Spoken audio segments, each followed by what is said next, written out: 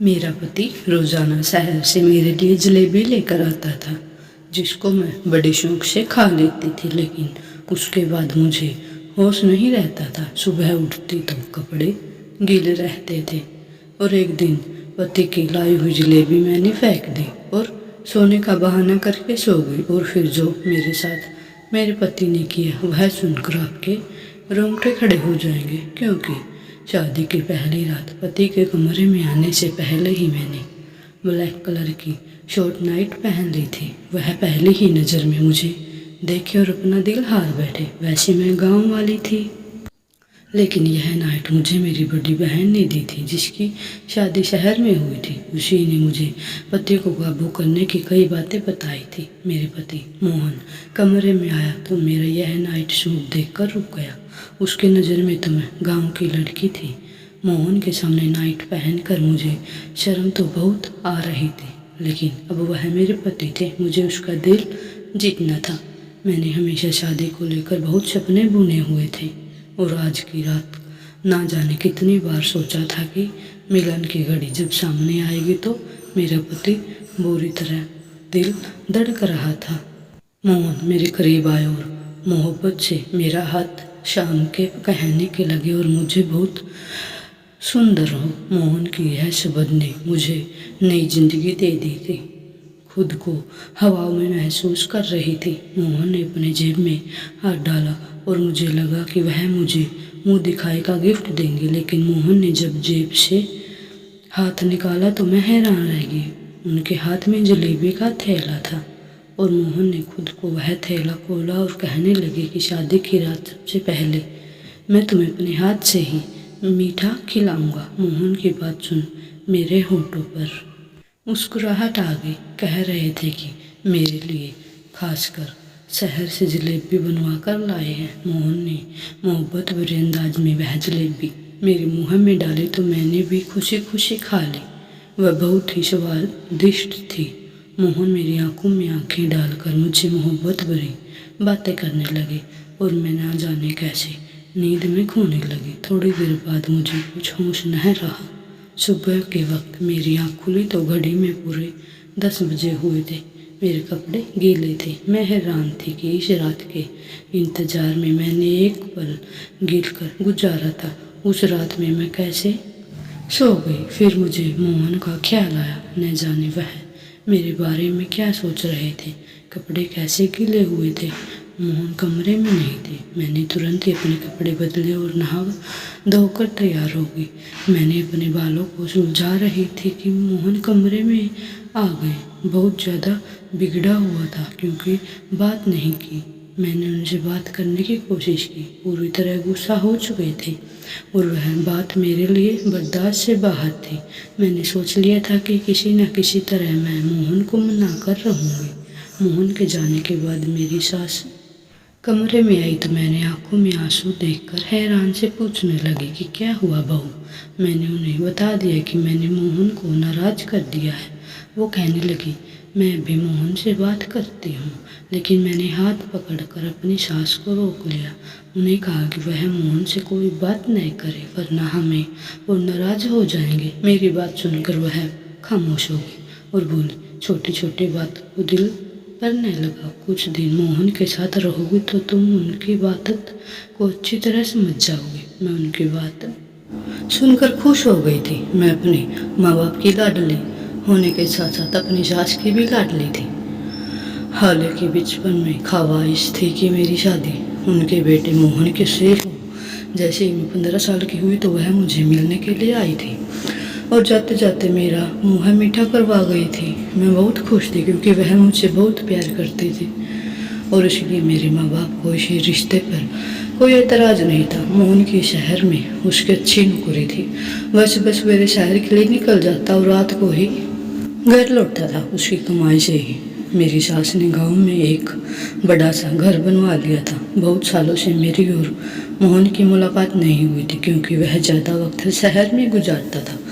घर लौटता तो हमारे गांव आने का उसका उनके पास वक्त नहीं रहता था, लेकिन रिश्ता होने के बावजूद भी हमारे गांव मुझसे मिलने के लिए नहीं आया। इसी बात को लेकर मेरे दिल में अजीब सवाल उठने लगे थे। एक दिन मैंने अपनी सास से पूछा, क्यों? मेरी सास मेरी माँ की सहेली थी, मैं उनके बिल्कुल शर्माती नहीं थी। एक दिन वह मिलने के लिए हमारे गांव आई थी। मैंने बातों में यह पूछा कि मोहन हमारे गांव क्यों नहीं आता। मेरी माँ के कान में यह बात पड़ी तो मम्मी ने मुझे एक थप्पड़ मारा और बोली, तुझे कहने में शर्म नहीं आती? अपने होने वाले पति के बारे में ऐसी बातें पूछती हैं। मैं बिलख कर रह गई थी। मेरी सास मुस्कुराते हुए कहने लगी, क्यों नहीं, जही मोहन को वक्त मिलेगा जरूर आएगा। जब से उसे शहर की हवा लगी है वह बहुत ही कम बात करता है, अपने पहले ही तरह नहीं है बल्कि गंभीर हो गया है। उनकी बात सुनकर मम्मी कहने लगी, जब लड़कों पर जिम्मेदारी पड़ती है तो इसी तरह गंभीर हो जाते हैं। एक मेरी बेटी है जो कल नहीं आ रही है, मुंह उठाकर जो चाहे पूछ लेती है। मम्मी ने गुस्से में एक नज़र मेरे तरफ किया तो मैं वहाँ से उठकर अपने कमरे में आ गई। उनके जाने के बाद भी मम्मी ने मुझे हजारों बातें सुनाई। मम्मी पता नहीं क्या कुछ कह रही थी, मैं तो अपने ही ख्यालों में मगन थी। मैं यह सोचकर खुश थी कि मेरे होने वाला पति भी हीरो की तरह शहरी बन गया है। मुझे शुरू से ही शहर में रहने का शौक बहुत था।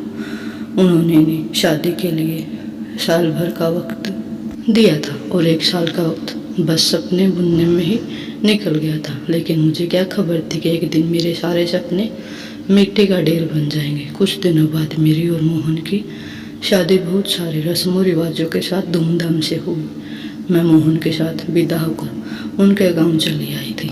मेरी सास ने बहुत ही खुशी से वेलकम किया था, लेकिन शादी की रात सोने की वजह से मोहन बहुत ज़्यादा गुस्सा थे और पूरा दिन उसने मुझे कोई बात नहीं की। मैं सारा दिन बिन पानी की मछली की तरह उसके आगे पीछे तड़पती रही, लेकिन उसने एक नज़र भी मुझ पर नहीं डाला। सारा वक्त घर की छत पर गुजारे और गांव में औरत को छत पर जाना मना होता था, इसलिए मैं उनके पीछे ना जा सकी। रात का वक्त मोहन खुद को ही कमरे में आया। मेरी आंखों रोकर सूझ चुकी थी। वह मेरे पास बैठकर कहने लगा, मुझे माफ़ कर दो, मैं गुस्से में आ गया था। मैं तुम्हारे पास बैठा इस कदर गहरी नींद से सो गई थी कि मेरा उठाने का भी ना उठी, इसलिए मैं गुस्सा हो गया।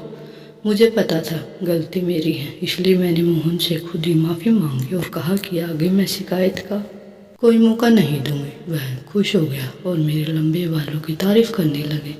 मैं सोचने लगी, मोहन सारा दिन इस कदर नाराज होने के बाद अचानक उनका अंदाज ऐसे अच्छा कैसे हो गया। मोहन ने एक बार फिर जलेबी निकाली और अपने हाथ से मेरे मुंह पर डालकर कहने लगा, जलेबी खाने से होठ रेड हो जाते हैं, तुम्हारा खूबसूरत होठ और खूबसूरत हो जाओगे। उनकी बातों में मोहन की इस कदर मिठास थी कि मैं शर्मा गई। मोहन मेरे हाथ पकड़े और कुछ कह रहे थे, लेकिन मुझे कुछ होश नहीं आ रहा था।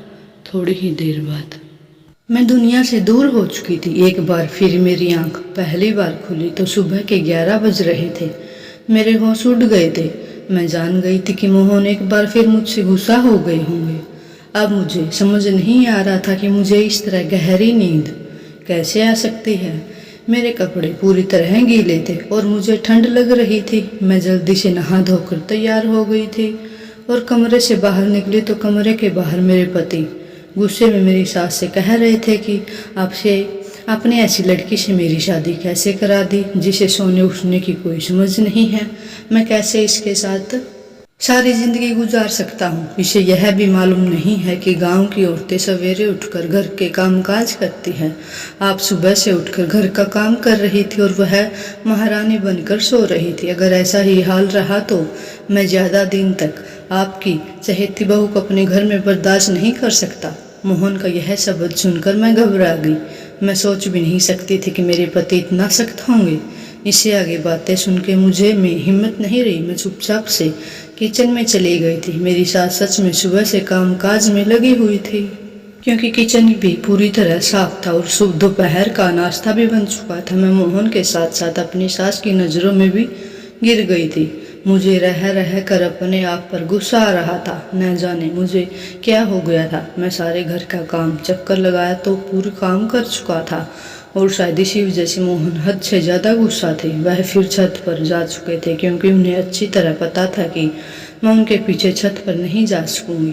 मैं सारा दिन रोती रही। वह खुशी जिसके लिए मैंने साल भर इंतजार किया, मैं अब तक उससे दूर थी। ना ही मोहन का साथ पूरी तरह नसीब हुआ था और ना ही उसके दिल में जगह बना सकी थी। और मोहन के शब्द ने मुझे अच्छी तरह यह बता दी थी कि अगर मैंने कोई गलती की तो वह मुझे घर से निकाल देगा।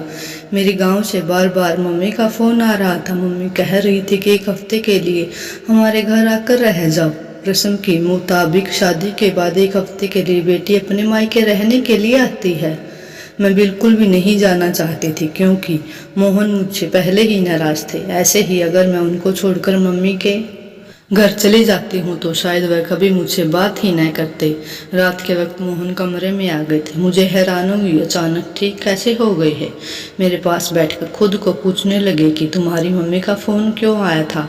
मैंने सारी बात बता दी तो कहने लगी, अच्छी बात है, तुम चली जाओ, वरना मम्मी कहेंगी लगी कि मैंने मना किया था। कल मैं मेरी नौकरी भी शुरू हो रही है। मैं भी सुबह सवेरे शहर जाऊंगा तो रात को ही घर वापस लौटूंगा। तुम 1 हफ्ता वहां गुजार कर आ जाओ और मम्मी को भी अपने साथ ले जाओ। मुझे मोहन से इस तरह की दूरी का भरोसा नहीं था। मुझे इतनी हिम्मत नहीं थी कि मैं आगे उनकी बात सुनूं, इसलिए मैं भी खुशी खुशी राजी होगी। मोहन ने फिर जलेबी निकाल कर खुद ही मेरे मुंह में डाल दी और कहने लगे, तुम इसे जल्दी जल्दी खाने के बजाय आराम से खाया करो।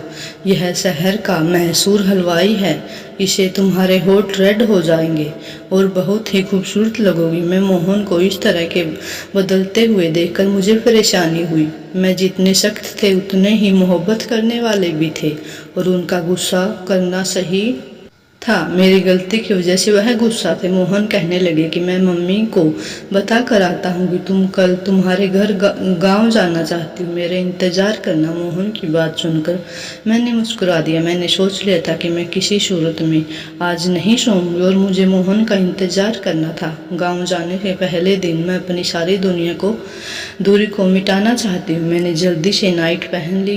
दीवार पर लगे शीशे में अपने होठों को देखकर हैरान रह गई थी।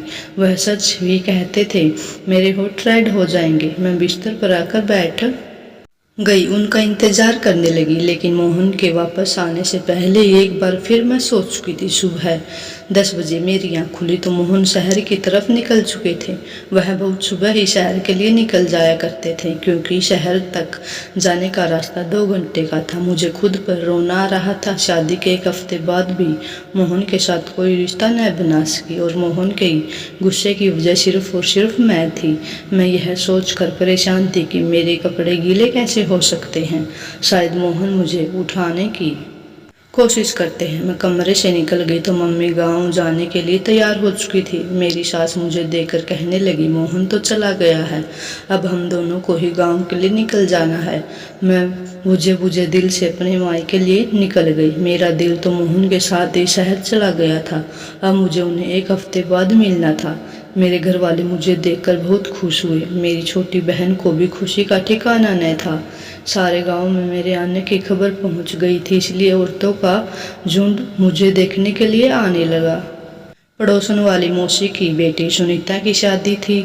वह मेरी पक्की सहेली थी। गांव आकर मुझे उसकी शादी में घूमने का मौका मिल गया था।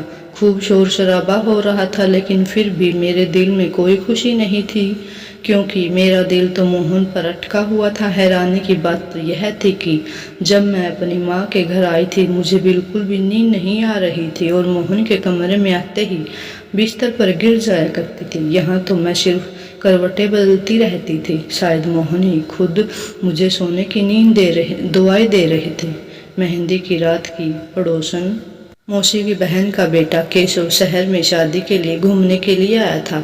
वह बचपन से ही गांव में आता जाता रहता था। मुझे देखते ही मेरे पीछे पीछे घूमने लगा। मैं हैरान थी कि उसे क्या हुआ। उसकी नज़र मुझ पर जमी हुई थी और इस बात को शायद मेरी सास ने भी महसूस किया था। मुझे अजीब सी घबराहट हो रही थी। पहले ही मेरी और मोहन के बीच रिश्ता कुछ ठीक न था और केशव के बारे में मेरी सास को पता चला तो मेरा बसाया घर उजड़ जाएगा। इसलिए मैं पड़ोसन मौसी के घर से निकल कर अपने वापस घर आ गई और केशव भी मेरे पीछे पीछे चला आया। मुझे रोक कर कहने लगा, मुझे तुमसे प्यार है और अगर तुम कहो तो मैं तुम्हारे घर वालों से रिश्ता भेज दूं। केशव के यह शब्द ने मेरी जान निकाल दी थी। मैंने गुस्से में केशव से कहा कि मेरी शादी हो चुकी है और बेहतर यह है कि आगे तुम ऐसी कोई बात न करना। वरना मेरी बात सुनकर तो केशव कहने लगा, शहर में मेरा बड़ा बंगला है, गाड़ी है, मैं तुम्हें सब कुछ दूंगा, लेकिन तुम अपने पति को छोड़कर मेरे साथ चलो। मैं हमेशा ही तुमसे प्यार करता था। मुझे क्या पता था कि 17 साल की उम्र ही तुम शादी कर लोगे। मैंने उसे गुस्से से कहा कि आज तो यह बात कह दिया, लेकिन आगे से ऐसी कोई बात नहीं करना। मैं अपने पति को से बहुत प्यार करती हूँ और तुम्हारी एक गलती मुझे बदनाम कर सकती है। केशव उस वक्त वापस लौट गया, लेकिन मेरे लिए सुनीता की शादी मनाना मुश्किल हो गया था। वह बहुत ढील साबित हुआ था। बहाने बहाने पर अपने फ़ोन पे मेरी फ़ोटो खींच रहा था। जैसे तैसे एक हफ्ता गुजर गया। मैं अपनी सास के साथ वापस अपने घर आ गई। मोहन शायद आज काम से जल्दी लौट आया था। हम कल दोपहर को घर पहुंचे थे और मोहन पहले ही घर आ चुका था। मोहन को देखकर मैं बहुत खुश थी। अपना सामान रखने के लिए कमरे में गई तो मोहन अपनी मम्मी से मिलने के लिए उनके कमरे में चला गया। मैंने सोचा कुछ देर बाद मोहन और मम्मी जी के साथ बैठ जाता हूँ, फिर घर के काम काज करूँगी। इसलिए सामान रखकर दोबारा उनके कमरे की तरफ आई तो मेरी सास के शब्दों ने मुझे हैरान कर दिया। मैं सोच भी नहीं सकती थी कि मेरा घर उजाड़ने वाली कोई नहीं बल्कि मेरी अपनी सास है। वह गुस्से में मोहन से कह रही थी कि मैंने जाते वक्त तुझे कह दिया था कि हमारे वापस आने तक डिवोर्स के कागजात बनवा लेना, लेकिन तुझे कुछ होश नहीं है। मैंने खुद अपनी आंखों से देखा है कि तेरी पत्नी कितनी गलत है, लेकिन तू तो आंखों पे पट्टी बांध रखी है। मोहन कह रहा था कि माँ, मेरे लिए उसे छोड़ना मुश्किल नहीं है। वह मेरी पत्नी है, मैं उसे प्यार करता हूँ, उससे इजहार गलती से ही, लेकिन मैं उसे कभी ज़िंदगी से अलग नहीं कर सकता। मोहन मेरी मोहब्बत के बारे में बातें कर रहे थे और मेरी सास बुराइयों में मगन थी। मुझे समझ नहीं आ रहा था यह सब क्या हो रहा है। मेरी सास मुझे इतनी चाव से ब्याह कर लाई थी तो मुझे डिवोर्स क्यों दिलवाना चाहते, और मोहन तो मुझे बहुत सख्त लगते थे। वह कितने प्यार से बातें कर रहे हैं और मेरी खातिर अपनी माँ से लड़ रहे हैं। मेरा दिल पूरी तरह उलझ चुका था। रात जब मोहन कमरे में आए तो बिल्कुल भी जलेबी खाने का दिल नहीं कर रहा था। मैंने जलेबी का थैला उनके हाथ से ले लिया। जबकि मम्मी उनको किसी काम से आवाज़ देने लगी तो वह कमरे से निकलकर चले गई। मैं चुपके से थैले को एक कोने में छुपा कर रख दिया।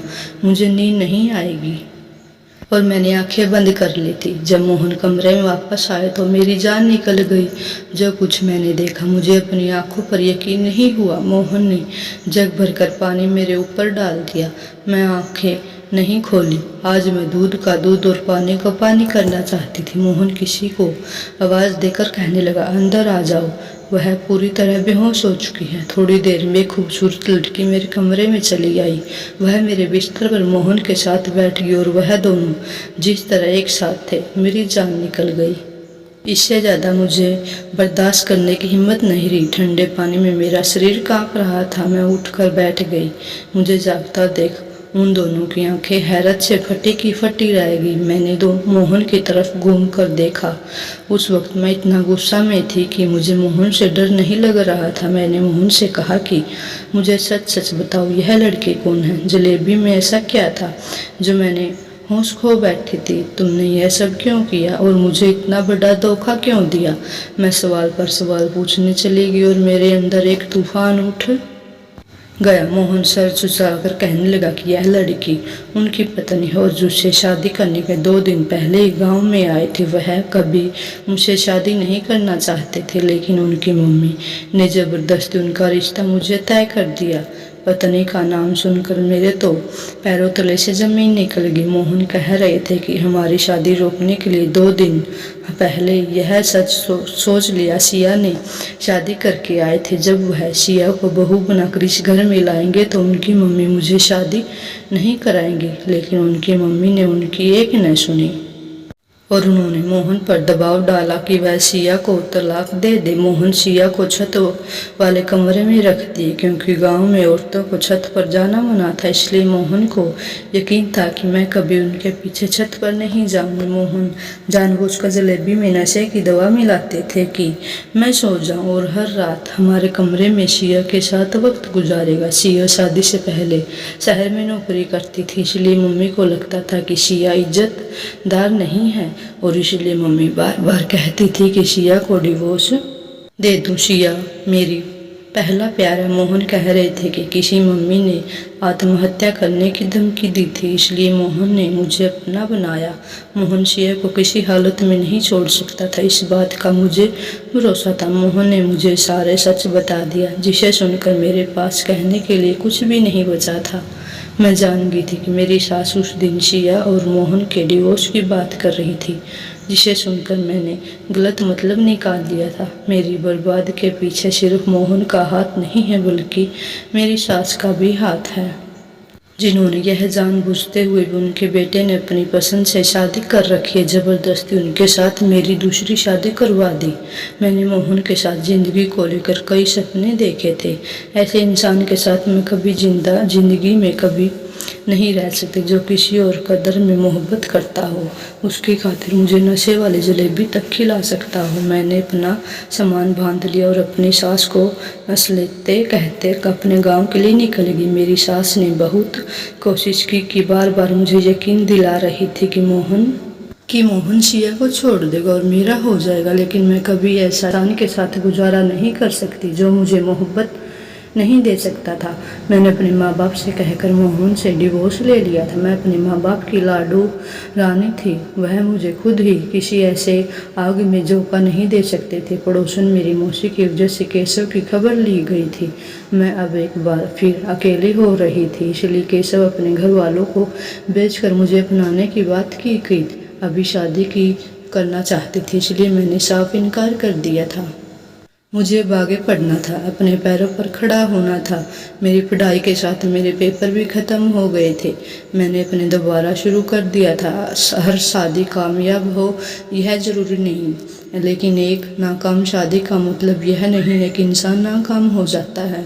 अपनी शादी की नाकामी के बाद मैं अपने बहुत ज़्यादा कामयाब हो गई थी। पढ़ाई के मैदान में मैं डंडे खाड़ कर अपने गांव का नाम पूरा ज़िले में रोशन कर दिया था। अगर मेरी कोई प्यारी सी बहन या बेटी नाकाम शादीशुदा जिंदगी का शिकार हो गई है, तो ये याद रखना कि जिंदगी में आगे बढ़ने के लिए नए रिश्तों की तलाश करें और जिंदगी की दूसरी कामयाबी को समेटे। धन्यवाद दोस्तों। अगर आपको मेरी स्टोरी पसंद आई हो तो वीडियो को लाइक और चैनल को सब्सक्राइब जरूर करें। धन्यवाद।